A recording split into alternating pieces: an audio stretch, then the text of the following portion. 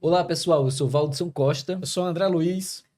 Com a realização da Riacho Doce Gestão de Ideias e a G Especialista em Implantação de Negócios, o Papo que Soma tem um oferecimento da JP Studio, da Promova Tecnologia, da Embarque Nordeste, da JP Sistemas e da Daniele Oliveira. Nesse episódio estamos com Tony Lima, gerente-geral da mineração ou mineradora Vale Verde, como assim queira falar. Tony é formado em engenharia metalúrgica pela Universidade Federal de Minas, com especialização em economia mineral. Eu nem sabia que existia esse ramo na economia. É bom que a gente já está aqui sabendo, né, Valdes? Vamos aprender, né? Exatamente. E também tem especialização em gestão de projetos pela Fundação Getúlio Vargas e diversos cursos na área de liderança. Tony, seja bem-vindo. Muito obrigado por fazer parte aqui do Papo que Soma. Muito obrigado, André. Muito obrigado, Valdes. É um prazer estar aqui.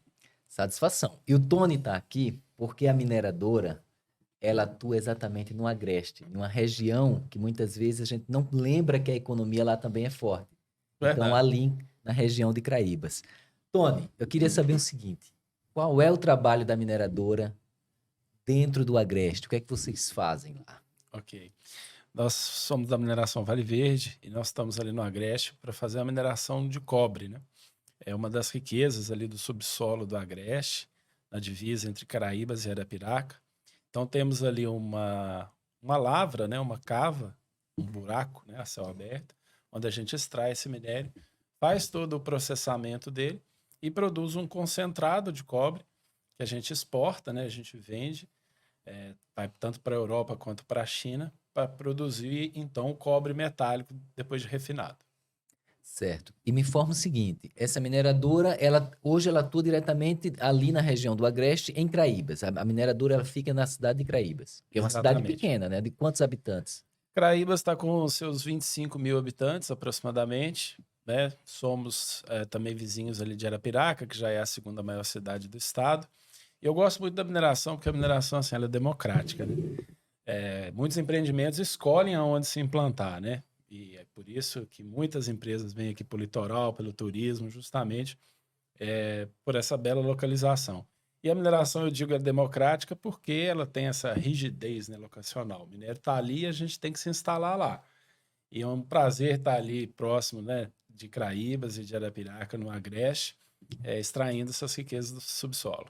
Bacana. Tony, a gente vive num estado que, historicamente, o principal motor da economia é o setor sucroalcooleiro, né? Devido a todo o histórico que o estado de Alagoas tem com essa cultura, né? E a gente agora vê uma diversificação na pauta econômica, na matriz econômica do estado, né? Então, nem todo mundo sabe que existe uma mineração aqui, uma mineradora de cobre, certo? Então, é muito importante até para os nossos internautas saber, né, como é que se deu esse processo democrático, né, da escolha por Alagoas, como foi isso lá atrás, fazer uma timeline, né, de como surgiu, né, esse processo de desenvolvimento aqui dessa extração de mineração em Alagoas. Tá certo. Realmente nós somos a primeira mina de metais básicos aqui do estado de Alagoas, né? Existem pedreiras, fonte de agregado, areia, cerâmica, mas de metais básicos nós somos a primeira mina. Então nós estamos inaugurando talvez uma nova era, né, dessa diversidade econômica. Os estudos, todo o projeto de mineração, ele demora muito tempo, ele tem um tempo de maturação de estudo, às vezes bastante longo. A identificação da ocorrência mineral ocorreu lá na década de 60, pela então CPRM, que é a Companhia de Pesquisa de Recursos Minerais, né, um órgão federal. Na década de 80, a Docigel, que era uma empresa ligada à Vale do Rio Doce, fez uma campanha de pesquisa, de sondagem, que é onde a gente fura realmente, tira amostras do subsolo para fazer as análises e os estudos. A Vale tinha outras prioridades, outros projetos, principalmente no Pará, na carteira dela. Em 2007, ela negociou esses direitos minerários e um grupo canadense adquiriu esses direitos minerais e intensificou as pesquisas, né? Então, a partir de 2007 é que a região começou realmente a perceber essa movimentação. Tivemos entre 2008 e 2010 talvez umas 100, 120 pessoas, colaboradores ali trabalhando nessa fase de pesquisa. Só na fase de pesquisa. Só na fase de pesquisa geológica, que inclui também uma pesquisa ambiental, os estudos de base para todo o processo de licenciamento, que também é bastante robusto. E entre 2012 e 2013, nós tivemos uma aprovação do projeto, começamos um processo de aquisição das terras, né, que é onde o projeto precisava se instalar. Como eu disse antes, por causa dessa rigidez, a gente não tem muita escolha, né? A gente tem que colocar o projeto realmente lá. Foi um processo bastante pacífico, onde a gente lidou mais ou menos com 200 famílias que mudaram, que moravam na região ali, na comunidade da Laje. Elas se mudaram para regiões próximas, elas vêm num processo muito bem elaborado, muito bem conduzido. O cenário econômico atrasou um pouquinho o início da construção, mas a partir de 2018, já sob um novo controlador acionário, aí um fundo de investimentos, né, baseado em Londres, o Grupo Appian, ele deu o sinal verde, digamos assim, para a construção. Essa construção ficou pronta em 2021, então nós estamos em operação desde meados de 21, vamos fazer 2 anos agora, daqui a um pouco tempo.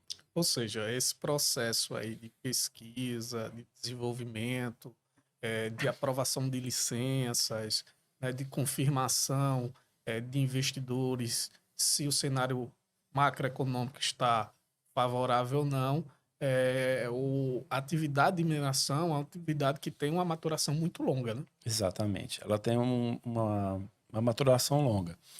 E é uma tendência que, às vezes, projetos que no passado eram marginais, com teores menores, à medida que o tempo passa, esses começam a entrar na fila, né? Eles começam a se tornar atrativos.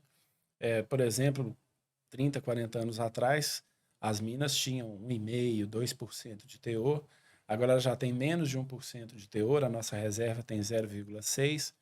Já tem outros projetos com 0,4%.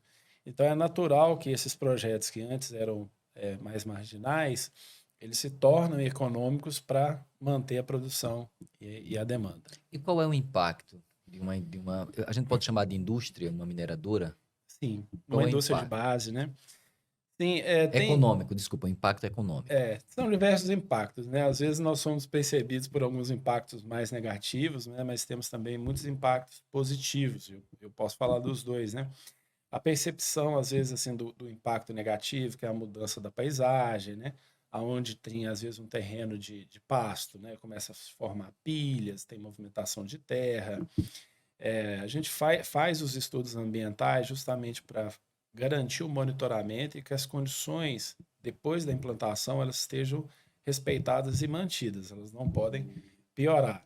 Então, a gente tem monitoramento da qualidade do ar, da qualidade da água, de vibrações, de ruído, e a gente reporta regularmente isso ao IMA e garante que esses impactos estejam abaixo dos limites estabelecidos por lei, abaixo do combinado, né? O monitoramento é constante. O monitoramento ele é constante e a gente está em dia com todo esse monitoramento. A gente não tem nenhuma surpresa nesse sentido.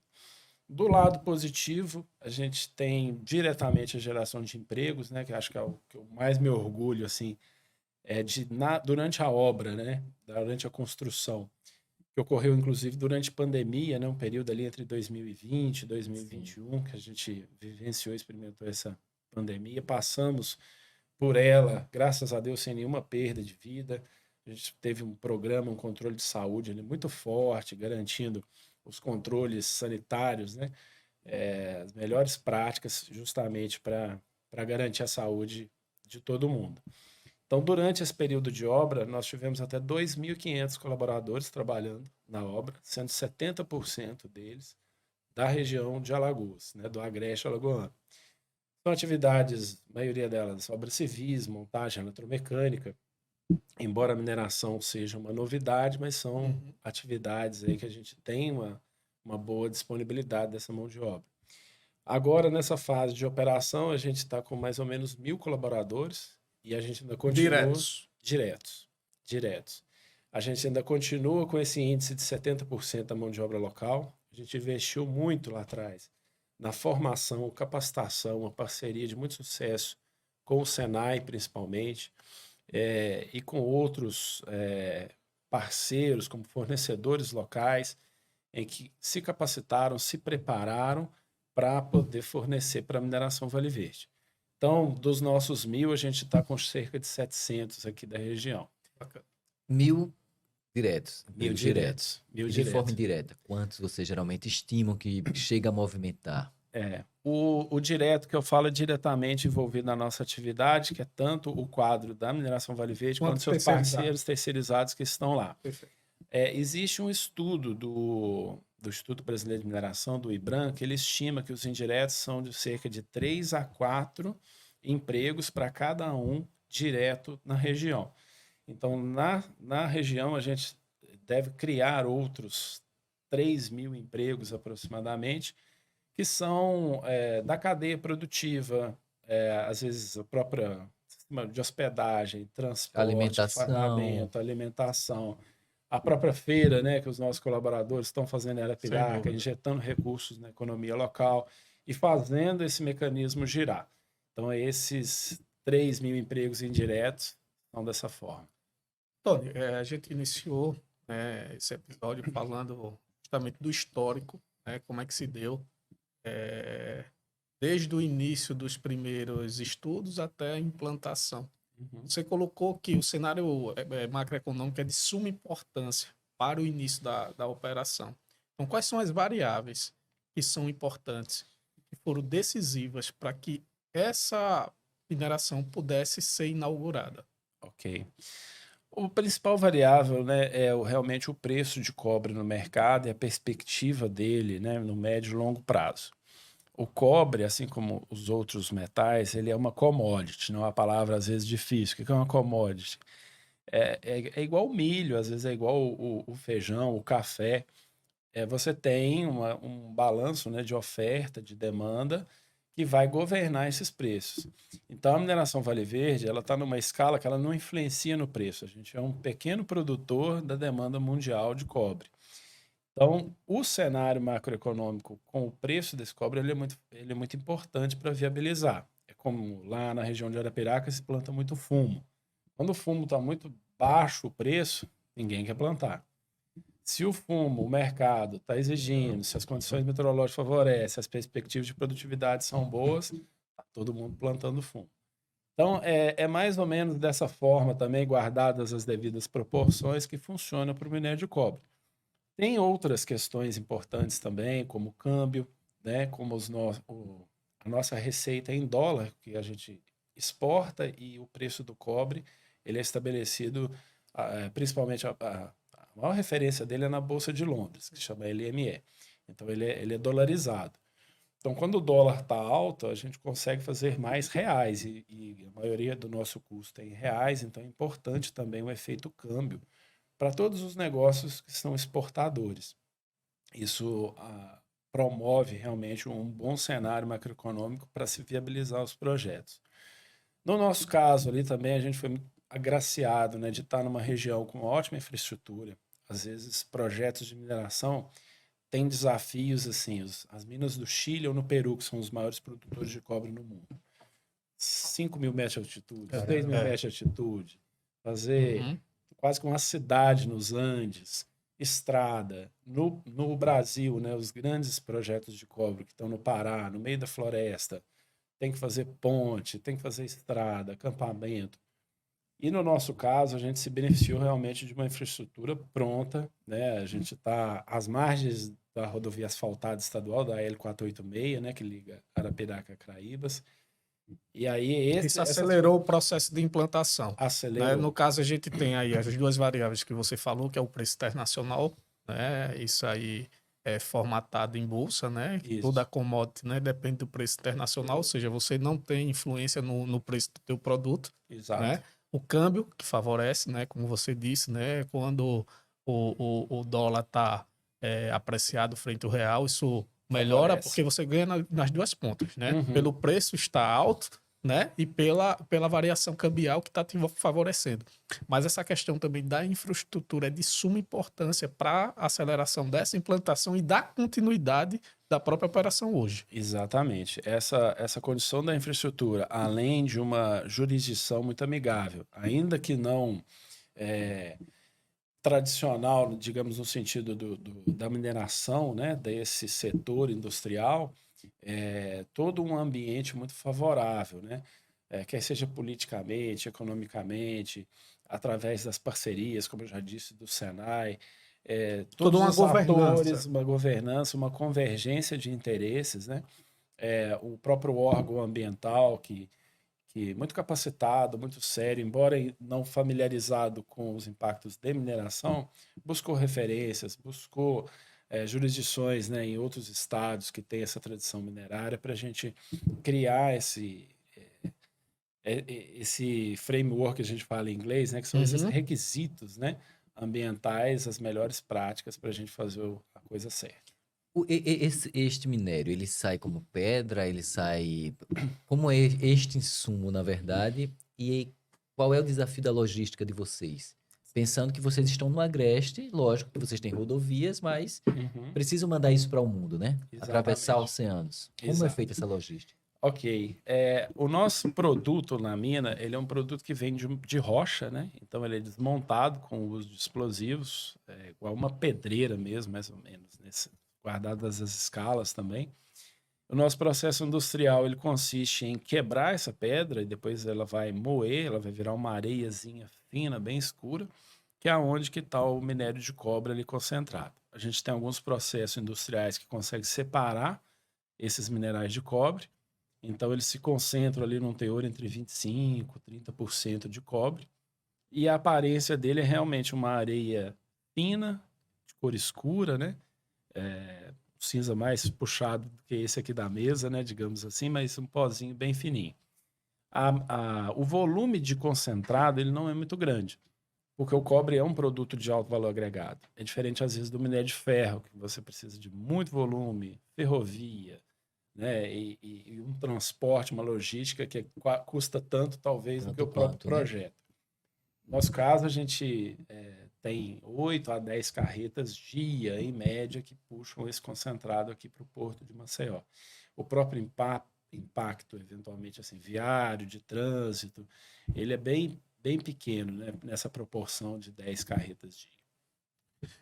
Ainda puxando essa pauta econômica e dos benefícios gerados pela implantação, né? Porque é uma diversificação na nossa pauta econômica, né? É uma coisa assim, uma novidade, né? Uma atividade de mineração, nem todo mundo tem conhecimento como é que se dá.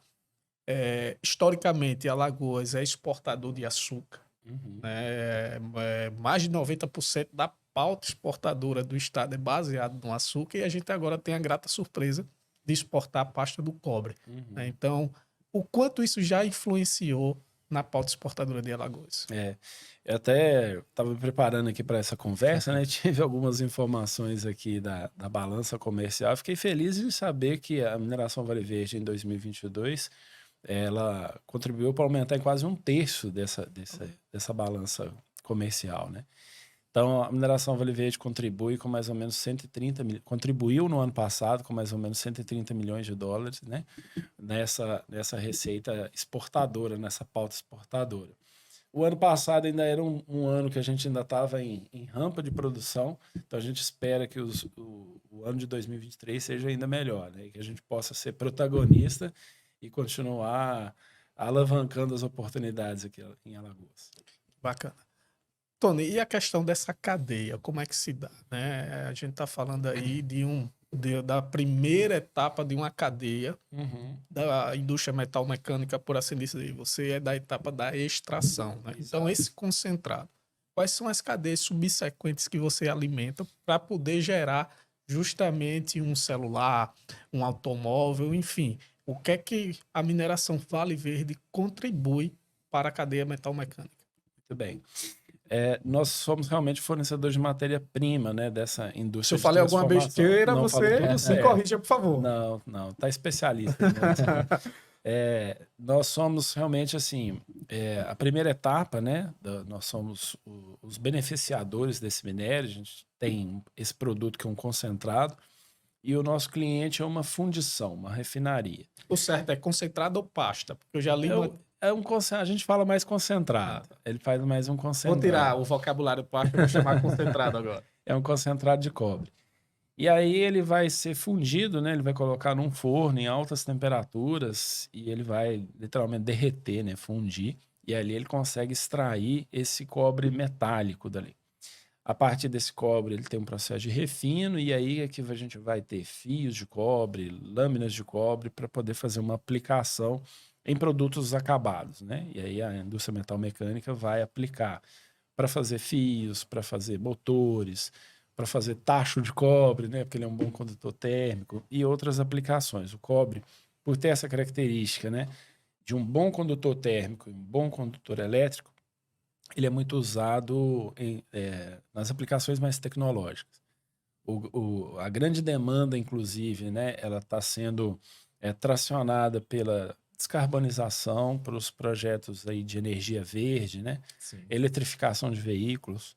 Um dado curioso, um veículo de combustão normal, ele consome mais ou menos 25 a 30 quilos de cobre que tem num veículo, através dos seus circuitos, etc. Um carro elétrico, ele tem quase 3 vezes esse montante, né? Então, Cerca de 75, 80 quilos por carro elétrico. Então, isso puxa muito, né, a demanda, e isso, obviamente, afeta a questão do preço também do mercado, o que nos favorece na viabilidade do negócio. Então, a tendência é esse preço lá fora ficar alto, pela dinâmica do mercado, já uma vez que a gente tem essa pegada socioambiental de diversos produtos que antes agrediam o meio ambiente, e a gente está tendo a oportunidade de ele estar sendo produzido, né, para que tenha esse cuidado com o meio ambiente. Isso quer dizer que a atividade da mineração pode ser favorecida aí num horizonte de 10 a 15 anos pelo preço ser favorável a isso. Exatamente.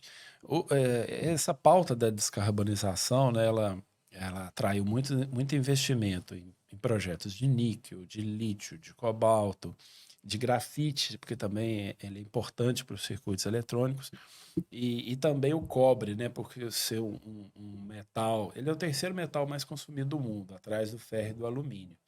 O Brasil não tem tanta tradição na produção de cobre. Chile e Peru são os maiores produtores mundiais.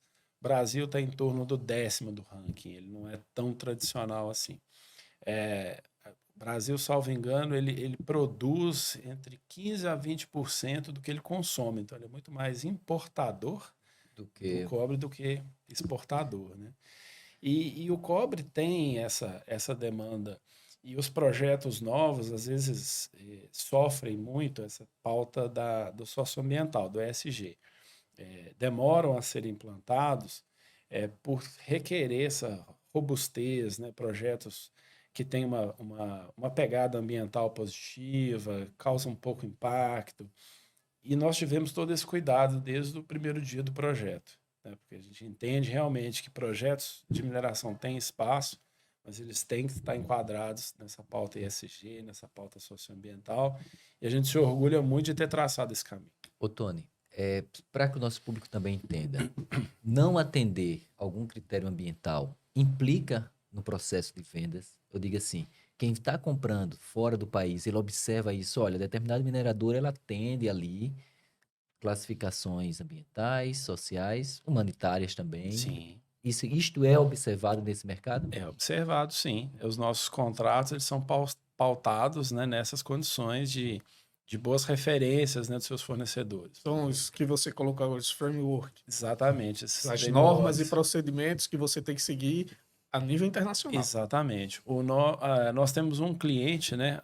Eu diria até antes do próprio fornecedor, que impacta sim, né? A resposta é sim para a pergunta, mas ele impacta até na viabilidade da implantação do projeto. Por exemplo, a mineração Vale Verde, ela buscou um financiamento internacional, um Project Finance, para poder compor o valor Fundo, né? do investimento inicial de implantação. E ela buscou isso através de bancos internacionais, né? Bancos europeus. E a gente nem conseguiria construir, ou seja, se habilitar no financiamento se a gente não tivesse enquadrado realmente nessas melhores práticas socioambientais e ESG. Estes bancos, né, que são os nossos financiadores, eles têm auditorias regulares, exclusivamente socioambientais. Se vem, faz uma auditoria completa. As próprias instituições As financeiras próprias instituições fazem essa financeiras auditoria na atividade. na atividade. E isso implica, eventualmente, em sanções, mudanças do próprio contrato lá do financiamento, que a gente é obrigado a cumprir, né? Que são essas pautas positivas socioambientais. Então, isso está no nosso DNA desde o dia 1, como eu disse, porque é como o negócio hoje, mundialmente, ele funciona, né? A gente quase que não tem essa opção. Claro que a gente É se uma regra de orgulha, mercado, é né? quase uma regra de mercado. E a gente se orgulha que bom que é, né? Que bom que isso elevou o padrão, elevou a régua, e a gente está cada vez mais sendo puxado para cima, né? No bom sentido, para se destacar. E os nossos fornecedores, a gente tem um grande contrato, né? Que é um dos maiores traders de mineração do mundo. E ele também exige exatamente, da mesma forma que os bancos, como eu citei, esse enquadramento nas regras socioambientais. E quem compra hoje esse minério, na verdade, Mendinha Lagoas, né? Que sai de Exatamente. Craíbas. A gente tem esse contrato com esse trader, né, que é um grande negociador, um grande intermediário, e ele eventualmente blenda e faz uma composição para fornecer, principalmente mercado europeu, para responder a pergunta, europeu, a gente já exportou para a Finlândia e para a Polônia, e alguns navios também para a China, mas principalmente a Europa. Tony, a gente falou da cadeia da atividade de mineração. Agora vamos falar do entorno, né? Uhum. Da cadeia externa, por assim dizer, da atividade de mineração. A gente sabe que um empreendimento desse, né, com um aporte financeiro muito alto, e você bem colocou aqui também da geração de emprego muito forte, diretamente e indiretamente, existem os periféricos, né? Então, o que é que hoje a mineração Vale Verde contribui para a economia da região, seja de prestador de serviço direto ou indireto da própria atividade, ou seja, pelos serviços de conveniência, né? Porque até uma padaria, um restaurante, uma pousada na região, tudo isso movimenta, né? Então, fala um pouquinho para a gente aí como é que está se dando a dinâmica da economia local por intermédio do impacto da mineração. Muito bem. A gente já lançou 2 programas de desenvolvimento de fornecedores locais. Então, acho que foram mais de 100 fornecedores que passaram por um programa mesmo de capacitação. O último, inclusive, facilitado pelo IEL. E a gente estabelece ali as regras, as condições de saúde, segurança, os requisitos, né, para se tornar um fornecedor da mineração Vale Verde. Então, o impacto ali direto nesses 100 fornecedores que têm se desenvolvido para prestação de serviços ou vendas de materiais e produtos para mineração Vale Verde. Mas a gente tem também outros projetos nessa pauta socioambiental que a gente incentiva. No ano passado, a gente fez um edital social, apoiamos 6 projetos, pagamos uma bolsa, inclusive, de 15 mil reais, incentivando projetos sociais nas comunidades. Sociocultural, né? Sociocultural, exatamente.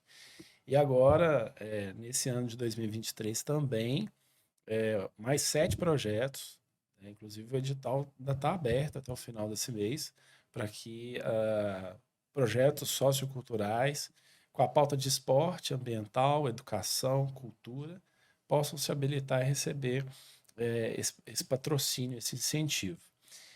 A gente também tem outros projetos, por exemplo, um que saiu inclusive numa publicação recente da Pequenas Empresas e Grandes Negócios, Bacana. de empreendedorismo feminino. Uma associação comunitária próxima ao projeto, que tinham líderes, né, mulheres. A gente patrocinou uns cursos, Cozinha Brasil, junto ao SESI. Eles passaram por toda uma estruturação do seu negócio.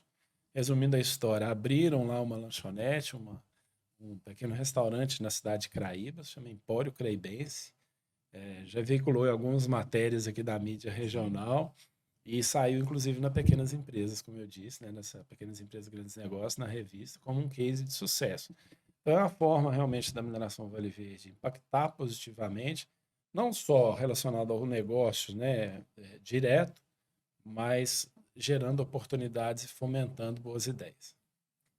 E qual é a expectativa da mineradora para os próximos anos? O que é que vocês observam, tanto com estudo na mesma área, como estado, como ampliação para outras localidades no Agreste, na verdade, né? Na verdade, no Agreste de Alagoas. Muito bem, Evaldo.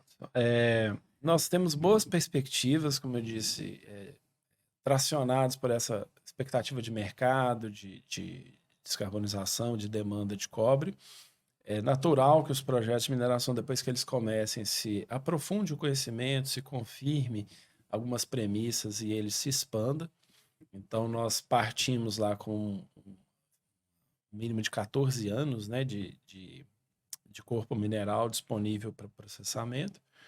A expectativa é que esse ano a gente já confirme alguns estudos, a gente oficialize, a gente já deve ter 20 anos, pelo menos,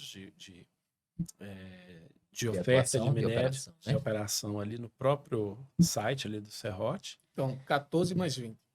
Não, mais 6. Mais 6. Chegando para 20. Uma expansão já no segundo ano de operação, tá. que já é muito positiva. Além de outros projetos satélite, né, que a gente chama ao redor. Tem um projeto que a gente já fez uma audiência pública, ele está sendo muito bem recebido, que é em Igaci, um projeto que chama Caboclo. Ele está, digamos assim, na esteira, né, do projeto Serrote, que é o que a gente está operando hoje. O principal. Exatamente. Né? À medida que essa jazida, né, ela venha a se exaurir, esse projeto que está a 15 quilômetros de distância, ele pode suprir, ele pode trazer minério para ser beneficiado nas próprias instalações. E aí a gente tem, sim, expectativas de confirmar outros depósitos, talvez menores, mas ainda assim importantes, porque quando a gente já tem a base instalada, a indústria instalada, é só uma questão de lavrar e trazer para beneficiar. Então, é bem importante isso aí. Então, a gente pode ficar despreocupado, né? Tem muito tempo aí de exploração da atividade aqui em Alagoas. Tem sim. Eu espero que os nossos meninos operadores lá que a gente treinou em 2020 possam se aposentar por ali, né? Possam passar a sua vida toda. E a balança comercial realmente consiga sendo impactada. Ter um outro alcance. Isso aí. Bom, né, a gente sabe que a atividade de mineração é uma atividade muito impactante, né? Seja a nível social, seja a nível ambiental. A gente vive aí uma agenda 2030, um mundo preocupado, né? Até porque a essência da economia é o quê? É você trabalhar os recursos escassos para gerar bem-estar para a sociedade. Que ninguém fique sem esse recurso, né? Uhum. Então, assim, nessa pauta 2030, nessa questão muito forte do ESG, né, que hoje quase todas as empresas têm que implantar, aliás, todas as empresas têm que implantar, né, dentro da sua cultura, dentro da sua governança, independente se a atividade é de grande ou pouco impacto ambiental, né, como é que está o planejamento da mineração para que isso ocorra para os próximos anos e permita, né, por assim dizer, essa tranquilidade na operação da empresa, que hoje vocês vivem uma operação bastante tranquila devido a todos esses cuidados que vocês tomaram lá atrás e proporcionaram essa implantação bem sucedida.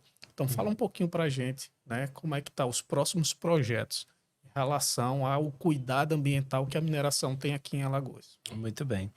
Como eu disse antes, é quase uma regra do negócio, né? O negócio ele está pautado justamente... Só funciona dessa forma.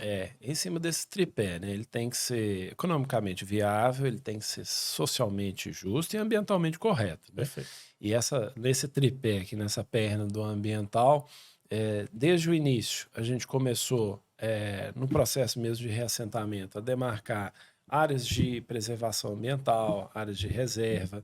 A gente se orgulha, em 2019, nós conseguimos, recebemos um diploma da Unesco de um posto avançado de preservação do bioma da Caatinga. Ele fica na Fazenda Uruçu, que é parte da propriedade da mineração Vale Verde. São cerca de 200 hectares da Caatinga preservados. A gente recebe escolas, tem uma pauta de educação ambiental muito forte. Então, é um carinho muito grande que a gente tem por esse bioma onde a gente está instalado. Nesse centro de educação ambiental, a gente também tem o nosso viveiro de mudas.